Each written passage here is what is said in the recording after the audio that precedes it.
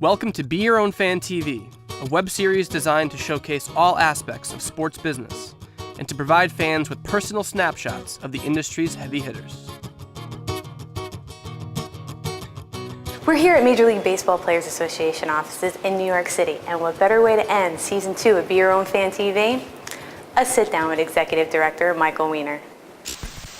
If I'm doing too much somewhere, you can cut me off. Oh yeah, we'll cut you off. Because I'll get cut off too. I'm used to that in labor relations, getting cut off all the time. Yeah. Well, the Major League Baseball Players Association is the union that represents all major leaguers on all the teams. It was founded in 1966. Marvin Miller was the first head, the first executive director, and since then it has represented the players in all the conditions of employment: pension, salary arbitration, health care, free agency. I became executive director about a year ago, following Don Fear, who had held that position after Marvin since the early 80s. So when you're growing up, is this what you wanted to do? Does anybody really set out to be, I want to be the union head? Not back then, not as my kids say when dinosaurs roamed the earth and I was a kid. I was a big baseball fan, I was a big sports fan. Yeah. I did want to go to law school, and I guess in some sense I knew that I wanted this job because I knew I wanted to work for a union. Never anticipated that the union I would work for would be the baseball players, but when that opportunity came, I jumped at it. The part of the office we're in right now is our licensing division and our Players Trust, which is the not-for-profit of all players run through the association. Very active this time of year. We have a trust golf tournament, an annual trust meeting in the beginning part of the next year. So everybody's very active here, getting ready for the holidays, but trying to also get ready for that golf tournament, which is a fundraiser for the Players Trust. There's a lot going on here. And along the walls here you can see some more licensed products featuring players on unique club jerseys as well as all-star jerseys. How do you measure your personal and professional success? Look, it's humbling that the players were willing to elect me as the head of the union, given the people who've held that job. So that's the biggest compliment professionally I've ever gotten. First day that you get appointed this position, how did you feel that first day when you walked in here as, you know, most powerful person in this league? I don't know about the most powerful part, but I think the time where it really hit me was a year ago. We were in Arizona for our executive board meeting, and that's where the final vote took place. And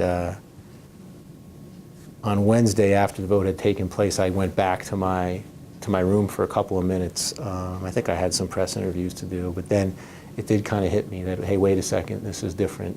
I'm no longer Mike Weiner, lawyer for the Players Association. I'm now executive director.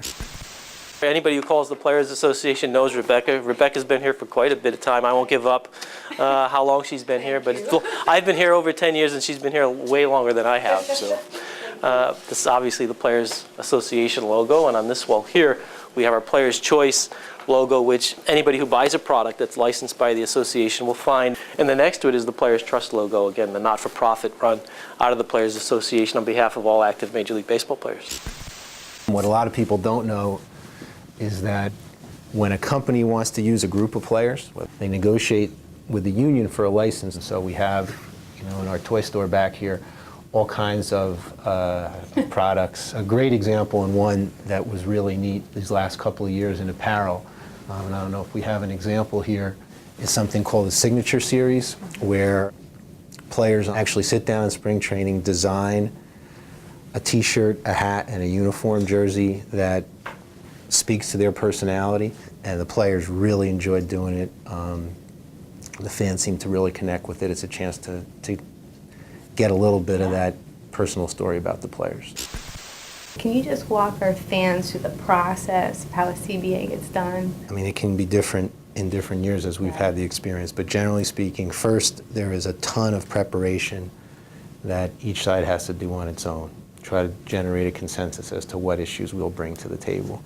Once that preparation takes place, bargaining starts, and it takes, you know, in a relatively smooth negotiation, months. We always have players that are at every one of our bargaining meetings, active players on our negotiating committee. and then you just kind of hammer it out issue by issue. It's a fascinating process and a really challenging process to try to put all those pieces of the puzzle together, but that's essentially the way it works. And then once agreement is reached, then the lawyers really have to go to work.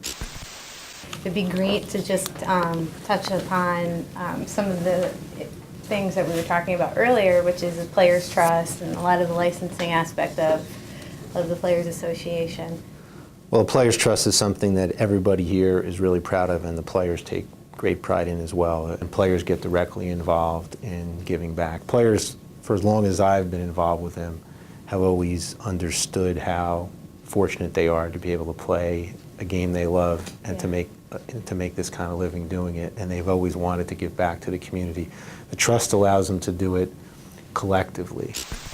Some fans may not know the Players Association created the World Baseball Classic in partnership with the Commissioner's Office, the club owners. And these are some of the jerseys from the very first World Baseball Classic. And it's an effort of the players to really expand the game globally, which the players really want to get more involved with. Another question that we got asked from the fans was about instant replay and your thoughts on that. Look, replay is something the owners have to bargain with the players. The best part about this job is working with the players. And what's clear when it comes to something like replay is the players view themselves as custodians of the game.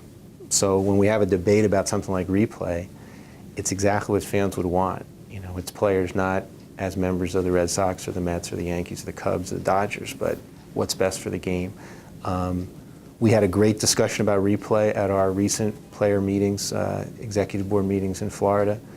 Some guys would want to get rid of it completely. Others think if it can be done in a more efficient fashion than currently is, maybe it should be expanded a little bit. I wouldn't say that there's a consensus, you know, one way or the other. It's the kind of thing we're going to have to discuss at the bargaining table. But fans should know when it comes to issues like this, if you could be in the room listening to the players debate this kind of stuff, you'd really be pleased, because they kind of do it the way that fans would do it. Yeah, I would imagine.